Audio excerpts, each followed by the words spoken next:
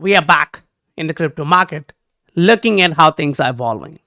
And it is interesting to see how the market participants are reacting to this current move.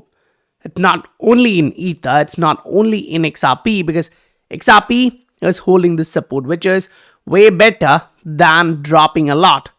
But most importantly, we'll have to look at Bitcoin. Right now, we went through one level of support. We still have some room to the next level of support. So what is happening? How's the market reacting? That's something really interesting to watch out for because this is becoming interesting. As you remove the volume and you look at the market, you kind of look for different narratives. One, we are getting rejected here, we are coming down. That means all coins, some of them are going to follow that. But the market volume does give us the picture that we have orders until this level, so that is open. But Bitcoin does show you a little bit different picture. How is this going to evolve? Because the market is also trying to digest the news, because the news and narratives change every now and then. This is what we are observing right now.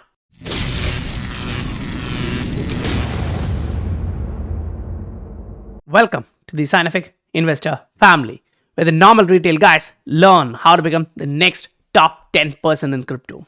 Right now, here in crypto market, you will see a lot of movements, you'll see a lot of confusions. But let me tell you, it's really interesting to look at a lot of these different assets and how they are moving on a macro scale.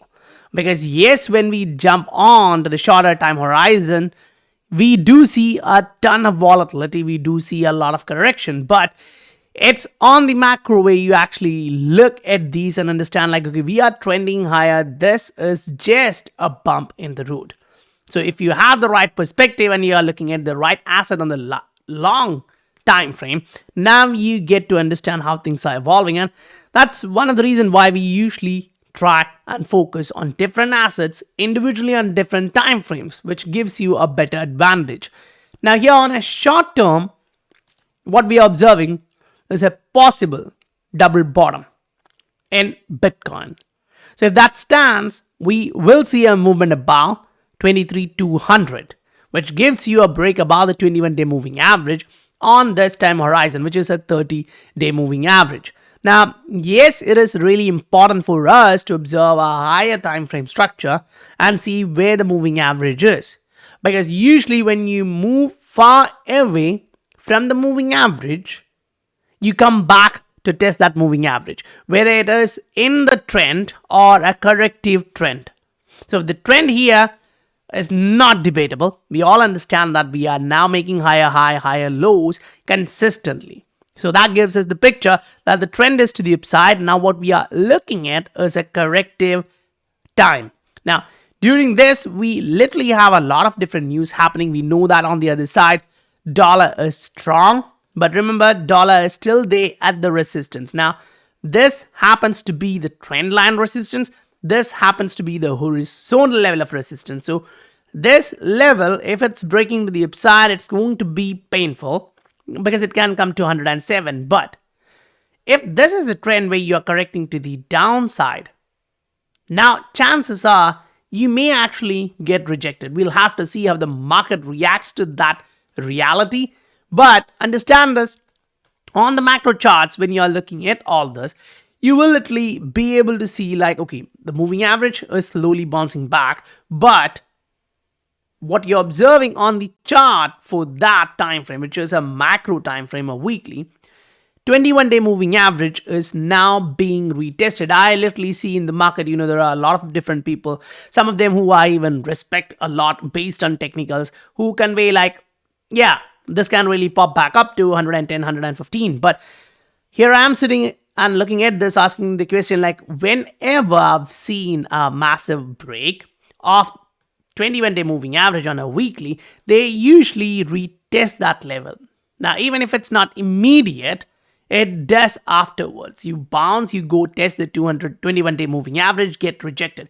That happens every now and then. We have seen this over and over again during a lot of periods.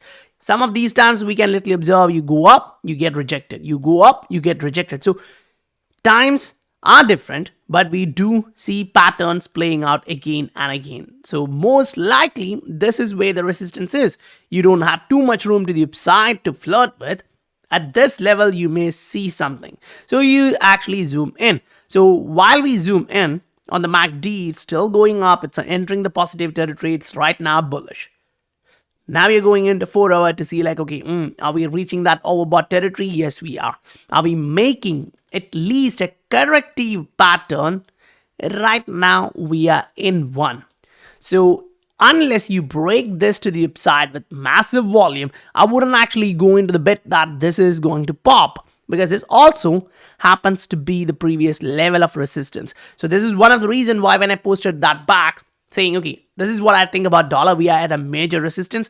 This is a consideration. Short-term pattern, medium-term resistance, all of them ties in with the macro structure. Now, yes, we jump back into the crypto market to look like the total market. How is that actually doing? Right now, you can actually pick, if you want to, you can literally pick short-term coins or everything else in the market. But right now, we are looking at the total market cap, and we'll go on a daily. This actually allows us to look at it and say like, okay, where we are right now and what the macro possibility is like. You're right now testing the moving average, the 21-day moving average. So if we actually move that a little bit to see like where the 100-day moving average is, this is going to give us a clue of where we are going to get a major support, right? So from here, that's around a 20% more drop to reach that level. So now we put in a 50-day moving average, and what happens? We see the next level of major support. So we still have room for around 3.5% move to the downside, which can reach this level. Now, right now we are flirting with the same exact zone, which has in recent months we've seen this acting as a resistance, which we broke to the upside. We are right now coming back to $1 trillion, which is a support. Remember, we tested that level all the way from Jan till this end of Feb, right? And then we bounced back, broke that level. That was good. Right now, it is a support. So taking that into consideration, if we assume that we are going to bounce, yes, the next resistance is going to be here, 1.17, which is close to where we were recently. So it's not a huge move to the upside, but consider if we are looking at the market in different structure, looking at, different time horizon, this is something to note. Right now, we still need to see the price moving above 23,250. That's the first thing. And the next one is going to be close to this level, which is 23,500, 23,600. So if the price actually manage to move back up to this level, it's going to be really interesting. The first one here, 23,500. The next one here, 23,700. If the price managed to get back above that, it's going to be a golden great thing.